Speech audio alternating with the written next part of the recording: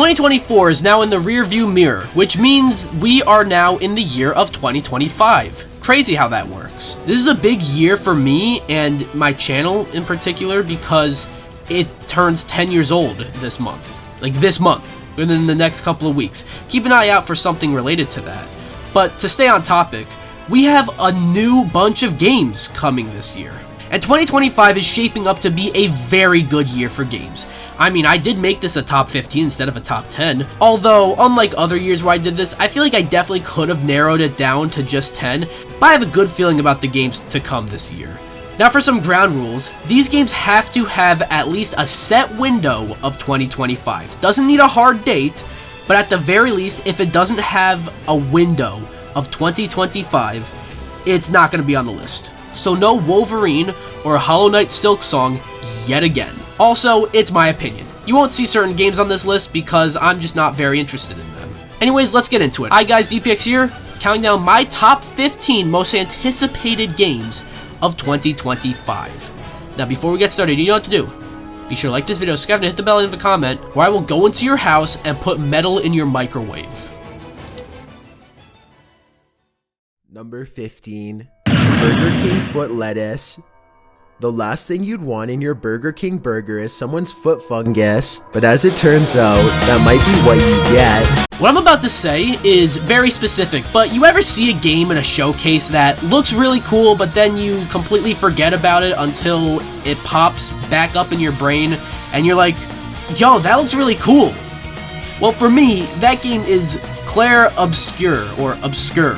But it's called Claire Obscure Expedition 33. Now first off, I didn't know who or what Claire Obscure was before finding out it's a Turkish drama movie from 2016 that seems to have nothing to do with this game, but Expedition 33 has a very enticing premise that has me excited. Like, that alone got me excited. You play as a party of characters trying to stop the evil Paintress, as she can kill anybody and everybody of certain ages, hence the name Expedition 33, as you try stopping her before she gets to people age 33. It's a difficult concept for me to explain, but once you understand, I'd say it's really exciting.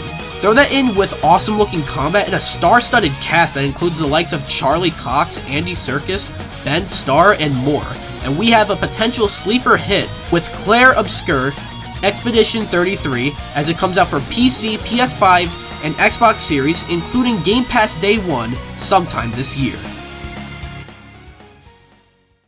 Some of the most serious diseases. And this November, California voters will decide if they wish to spend billions to help fund the work. Here's a look at propositions. I remember a few years ago, a new indie game by indie developer Sad Cat Studios Limited, who I had never heard of before, was announced called Replaced, where it was like this really cool 2.5D action game in like a cyberpunk world, and it got a very positive reception upon reveal.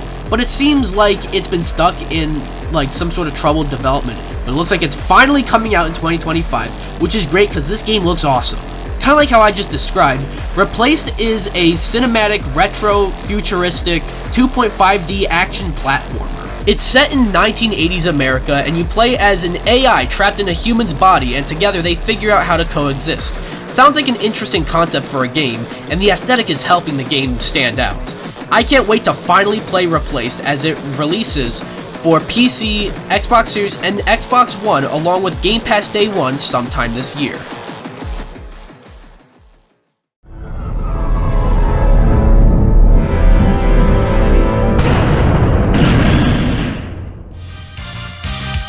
Anyone else notice how many Marvel games are in development? Like, we got Insomniac's Wolverine, and a whole bunch more from Insomniac.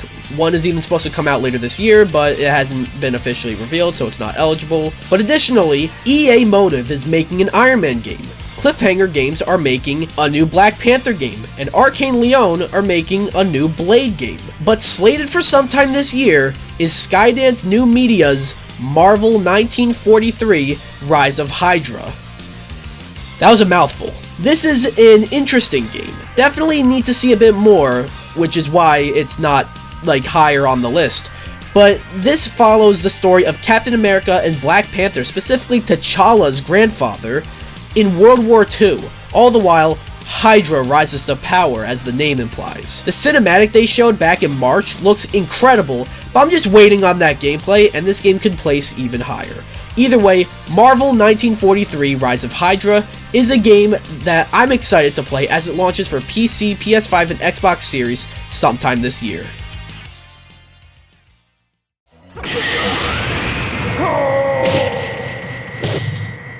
You win.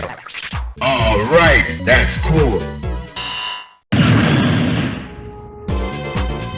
One thing I noticed, and you'll especially notice later, but the big three, Nintendo, Sony, and Microsoft, shockingly enough, out of all of them, Microsoft have the most promising slate of games this year. Sure, we're gearing up for the Switch 2, which will reveal most of Nintendo's 2025, and Sony, aside from maybe a couple of games, I'm not quite sure what they're doing. But Xbox is shaping up for a solid year this year, and one of those games slated to come out is Fable. The internet can say what they want, but I think that this game looks awesome. I played a little bit of the Fable games, but not much, and Peter Molyneux did significant damage by not shutting the fuck up, but he's not a part of this game. Either way, Fable looks great with exciting combat, interesting NPC interactions, and a fun story and cast of characters that seem to be getting real meta. Now, it does suck that you don't get a custom character. It seems you just have this one character that you play as, but as long as she's an interesting and well-written character, I think all is well. I'm excited to finally play a new Fable game as it releases for PC and Xbox Series, including day one on Game Pass sometime this year. Number 11. Your father will die. So far, every game I've talked about is a game that is either an established IP or has a stacked cast or whatnot. But now, I'm going to talk to you about a game that maybe you've heard of, but I personally have never heard anybody talk about this game. And that is Lost Soul Aside. To my understanding, this game has been stuck in development hell for some time now, and Sony saved it from getting the axe.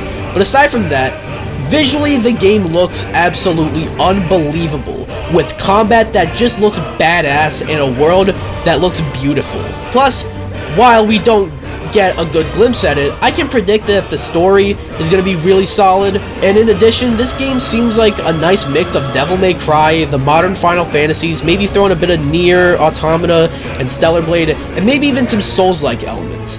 It does have Soul in the title. It's only not higher because, like Rise of Hydra from earlier, I think I need to see a bit more from this game, but other than that, do not sleep on Lost Soul Aside. Weird name, but that aside, hey, look what I did there. Don't sleep on it, as it comes out for PS5 and PC sometime this year. I wanted to give to you, the last part of your notes here, the significance spiritually of the number 10 in the Bible. I know earlier I said something similar to what I'm about to say right now, but every now and then you see a game, specifically in this case an indie game, that has a concept that gets me excited. And kinda like Lost Soul Aside, I don't hear many people talking about this next game, so take a look at Mouse PI for Hire. By the looks of things, the best way I could describe Mouse is Doom meets Cuphead. It takes a similar aesthetic as Cuphead, with, a classic early Steamboat Willie-esque look, but it's a first-person shooter, maybe even a boomer shooter. Not to mention, as the name implies, you play as a mouse, who is a private detective investigating things, and again, running theme here, I feel we don't know too much about it yet, but either way, when it comes out, I'm right there to play Mouse PI for Hire, as it releases for PC, PS4, PS5, Switch, Xbox One, and Xbox Series sometime this year.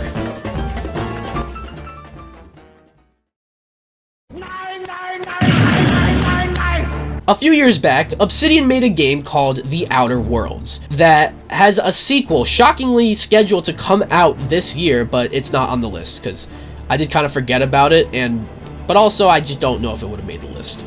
I guess it gets an honorable mention though. However, The Outer Worlds was kind of like Obsidian's version of Fallout. And in addition to The Outer Worlds 2, Obsidian are coming out with another game this year that seems to be their version of Elder Scrolls, and that game is Avowed.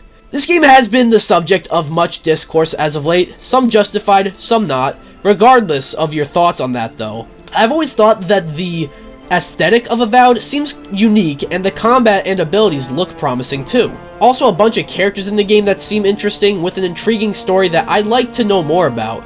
Not to mention, there's a lot of customization options with the weapons. You can use a sword and shield, magic wand, a gun, a spear, other magic abilities, and just so many more options.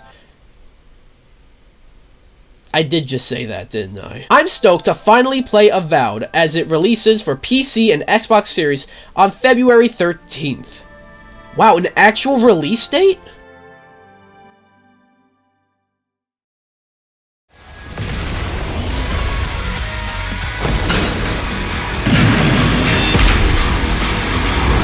What's crazy is that in this list is Avowed, Fable, and Replaced. All either first-party Xbox games or Xbox exclusives, or, something at least tied to Xbox. A lineup like this, plus others not even on this list, I feel is what Xbox really needs. But how about one more? That one more is Doom: The Dark Ages. Since the 2016 reboot, id Software has not missed with Doom. The 2016 Doom was pretty much classic Doom, but more bloody, gory, metal, crisp, and overall badass. Doom Eternal kicked things up a notch, maybe even multiple notches, by adding stuff like parkour mechanics into the game. Doom: The Dark Ages, however, is medieval Doom. Now Doomslayer has a gun and a shield that also looks like it could work as a chainsaw shield. Not to mention, the bosses look amazing, and all that and more, and plus, if it's more Doom, I'm already sold. I can't wait to play Doom: The Dark Ages as it releases sometime in 2025 for PC, Xbox Series, including Game Pass Day 1 and PS5? Huh. Okay, this game's coming to PS5. 36. Very close, but that's not it. Let's go to Gary the Retard. What number between 2 and 4? 7. All these games either don't have a set release date, or I'm gonna need to see a bit more from them. There are a few exceptions, as we saw with Avowed, and we will see maybe a few others coming up. But the biggest exception to that rule has to be Monster Hunter Wilds, as we know a lot about this game. Capcom is truly back, finally doing right by Street Fighter and being able to greenlight games like Onimusha and Okami, but one of their bigger moneymakers over the years, Monster Hunter, is getting a new installment, and I'm excited. Even though I'm not the biggest fan of the series, Monster Hunter Wilds looks damn good. Visually, it looks stunning, the combat and exploration seem intriguing, the story seems promising, and the world looks huge. Not to mention, from people who got to play the beta, I've heard nothing but positive things. I cannot wait to play Monster Hunter Wilds as it releases for PC, PS5, and Xbox Series on February 28th. Okay, Mrs. Puff, what's my final score? 6. Woo! It's fair to say that fighting game fans are eating real good as of late. I mean, in the past couple of years, we got new Tekken, Street Fighter, Mortal Kombat, a collection of Marvel vs. Capcom, and a new Budokai Tenkaichi game with Dragon Ball Sparking Zero. But now a new challenger is approaching, with Riot Games, and they are coming out with 2XKO, or Double Knockout if you like being wrong. Regardless of how you want to say the title, I was never a big fan of Riot Games. Their two biggest games, League of Legends and Valorant, just don't interest me, despite how much someone wants me to play them. But even despite that, 2XKO seems to be a very unique game in the fighting game space. It's a tag fighter, nothing new there, but what is new is that 2XKO is a co-op tag fighter. You and a friend can face two of your other friends. That is something that, to my understanding, no other tag fighter has ever done, but really should. Not to mention, it's gonna be free, but doesn't look like it'll be hella monetized that much. Not to mention, the cast of characters looks awesome and you have a real potential game changer with 2XKO as it launches for PC, PS5, and Xbox Series sometime this year. Oh, chills. Literal chills. It was number 5. Number 5 killed my brother. Oh my god, I forgot about that. So there are actually 2 fighting games on this list, specifically eligible for this list. We might even get more this year. And really, I'd say I'm equally excited for both of them. You know, you can just swap them. But I'm giving this next one the higher spot because it's the return of a franchise that was dormant for the better part of 30 years. And that is Fatal Fury: City of the Wolves. I'll admit, while I am a big fan of fighting games, the SNK fighters are ones that I never really got into. But even still, City of the Wolves looks amazing. The aesthetic they went with seems to be like a mix of Garou Mark of the Wolves, you know, the last game that came out in 1999, with a new cel-shaded look, and I love it.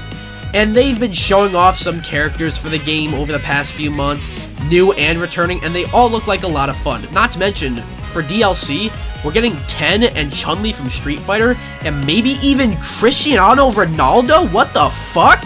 Fatal Fury will be officially back, as Fatal Fury: City of the Wolves will release for PS4, PS5, Xbox Series, and PC on April 21st.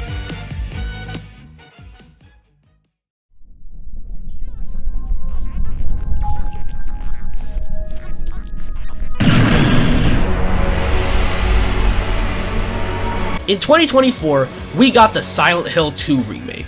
It had a lot going against it, but managed to be one of my favorite games of the year. And one thing that it does is make me more excited for another Konami remake scheduled for this year, kind of. I'll mention that a bit. But that is Metal Gear Solid Delta Snake Eater. Visually, this game looks fantastic, and a great facelift for the original Snake Eater. Absolutely stunning. Not to mention, bringing back David Hayter as Snake, or Big Boss, I guess, is really awesome and long overdue. But this is the stride that Konami really needed to make. As good as Silent Hill 2 Remake was, that felt more like a win for Bloober Team, not so much for Konami. Metal Gear Solid Delta Snake Eater is Konami's chance to get a much needed, long awaited win. There's still more I feel we need to see for this game before it could really go higher, but at the end of the day, we're getting a remake of one of the greatest games of all time, and sure, if you look on some places like Steam for example, there is no release date. It doesn't say 2025, it says to be announced, but it seems that most other places will say it's coming this year, so I'm counting it. I can't wait to play Metal Gear Solid Delta Snake Eater as it releases for PC, PS5, and Xbox Series sometime this year.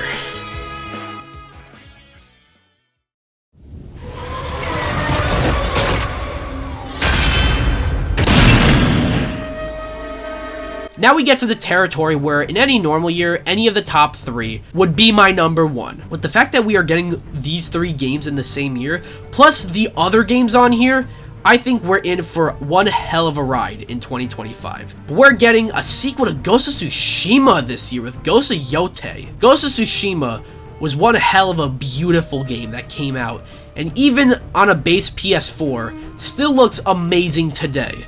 Ghost of Yotei, however, already looks amazing. Sure, I'm going off of the trailer, and all that is subject to change, but if it's anything like the first game, we're possibly in for one of the best looking games ever, and I mean that. Not to mention, the idea of changing the protagonist I was a little iffy on at first, cause I thought Jin Sakai was a really cool character, but the idea grew on me, and now I'm excited to learn more about the story of Atsu.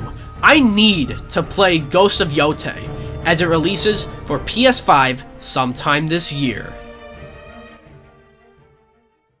What kind of pencil do we take again? Number 2. Take a number 2. Looks like you took a big number 2. You may have noticed that there have been no Nintendo games on here. That's cause it's no secret. The Switch is winding down and we're gearing up for the Switch 2.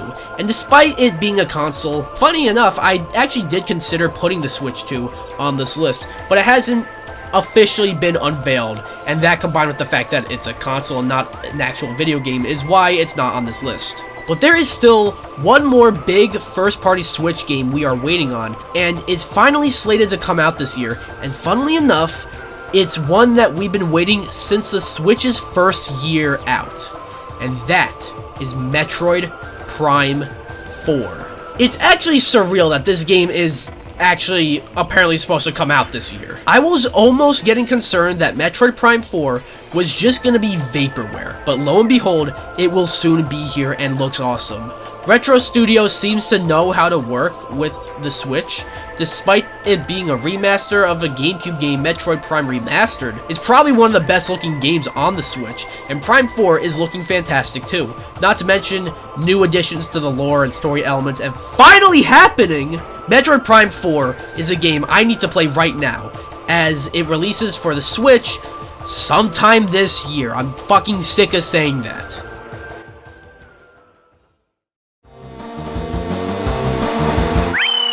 I'm Luigi, number 1. Okay, I'm barely gonna beat around the bush. The only thing I'll say is that my number 1 has a very good chance of getting delayed out of the year. So if that happens, Metroid Prime 4 is my number 1. And you can move everything up a spot on the list and replace number 15 with, like, I guess Mafia. That game looks really cool. But as of right now, it hasn't been officially delayed, so without question, my number 1 is GTA 6. I understand that this isn't your most anticipated game of the year, as some people just don't jive with this series as much as others do, which is totally fine.